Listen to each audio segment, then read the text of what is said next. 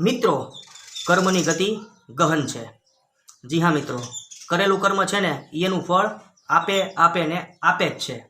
એ પછી આજે આપે, કાલે આપે, 2 દિવસ પછી આપે, અઠવાડિયા પછી આપે, 1 મહિના પછી આપે, 1 વર્ષ પછી આપે, 1 જન્મ પછી આપે કે 7 જન્મ પછી આપે, પણ એ આપે છે। એ કોઈને મૂકતું નથી। એ પછી માનવ હોય, પશુ પક્ષી હોય, જીવ જંતુ હોય કે પછી ભગવાન હોય, એકવાર પૃથ્વી ઉપર આવ્યો એટલે એને એ કર્મનું ફળ તો ભોગવવાનું જ છે। રામાયણનો જ પ્રસંગ છે। ભગવાન શ્રી રામે શીલા પાછળ સંતાઈને વાલીનો વધ કર્યો, બરાબર। જેના ફળ સ્વરૂપ શ્રી કૃષ્ણ જન્મમાં એને પારધીનું તીર ખાવું પડ્યું અને એ જ તીર એના મૃત્યુનું કારણ બન્યું। તો આ જ પ્રસંગ સમજાવતો શ્રી કૃષ્ણના બાળપણ અને યુવાનીનો એક રહસ્યમય પ્રસંગ છે, જે કદાચ તમને કોઈને ખબર નહીં હોય, જે નાનકડી વાર્તા સ્વરૂપ હું તમને અહીંયા કહેવા માગું છું। તો આપણે ચાલુ કરીએ।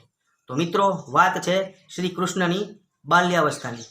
તો શ્રી કૃષ્ણ નાના હતા, બરાબર। દેવકી માતાના 8મા સંતાન હતા અને મામા કંસને ખબર હતી કે 8મું સંતાન છે એ મારો વધ કરશે, એટલે એણે એટલો ત્રાસ કર્યો અને કૃષ્ણ ભગવાન ઉપર ખૂબ હમલા કરાવ્યા જીવલેણ, બરાબર। અને કંસનો ત્રાસ છે ને આમે એની જે મથુરા નગરી છે ને એમાં ખૂબ વધી ગયો હતો અને લોકો થઈ ગયા હતા ત્રસ્ત। કૃષ્ણ ભગવાનનો જન્મ થયો ત્યારથી 14 વર્ષ સુધી તો આવું બધું ચાલ્યું, પણ 14મે વર્ષે કૃષ્ણ ભગવાને કંસનો વધ કર્યો અને એના મા બાપ દેવકી માતા અને વાસુદેવને છોડાવ્યા। 14 વર્ષ એ લોકો કંસની કેદમાં રહ્યા। કંસે એની સગી બહેન અને બનેવીને કેદમાં રાખ્યા।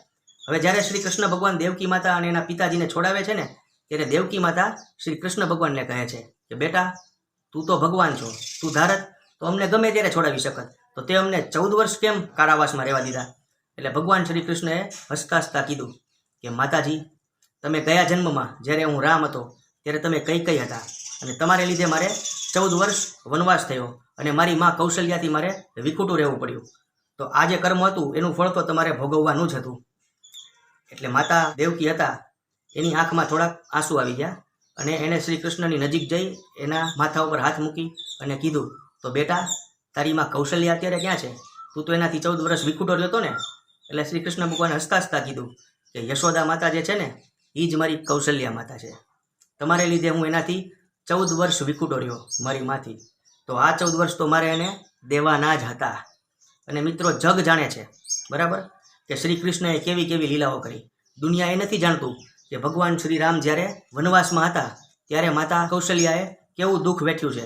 એ સંસારને નથી ખબર, પણ સંસારને એ ખબર છે કે ભગવાન શ્રી કૃષ્ણ જ્યારે 14 વર્ષ યશોદા માતા પાસે હતા ત્યારે કેવી કેવી લીલાઓ કરીને એણે એનું જીવન આનંદમય બનાવી દીધું હતું અને આ જે કર્મ છે એનો બદલો વાળ્યો હતો। એટલે મિત્રો, કહેવાનું એમ છે કે કર્મ છે ને એ કોઈને છોડતું નથી। એ પછી દેવકી માતા હોય, કૈકેયી માતા હોય, કૌશલ્યા માતા હોય, ભગવાન શ્રી રામ હોય કે ભગવાન શ્રી કૃષ્ણ હોય, બરાબર। આ હતી નાનકડી વાર્તા। અને બીજું એ કે કર્મો છે ને એ અમુક ઇન્સ્ટન્ટ ફળ આપે, બરાબર। જેમ કે રસ્તા ઉપર તમે જતા હોય, કોઈને એક લાફો ચોડી દો તો એ તમને ચોડી દે લાફો, 2 ધૂંબા મારી દે, આ ઇન્સ્ટન્ટ થયું। અને અમુક કર્મો એવા હોય કે જેની સજા છે ને તમને આવતા જન્મે મળે, એના પછીના જન્મે મળે, ગમે ત્યારે મળે, બરાબર। તો આ એક શીખવાની વાત છે કે કર્મ એવા કરો કે જેનાથી એના ફળ છે ને એ ભોગવી શકો, સહન કરી શકો ટૂંકમાં, બરાબર। બાકી તો જે કર્મ કરશો એનું ફળ આપવાના જ છે ભગવાન। એટલે નો ટેન્શન, સારા કરો તો, અને ખરાબ કરો તો લો ટેન્શન, બરાબર।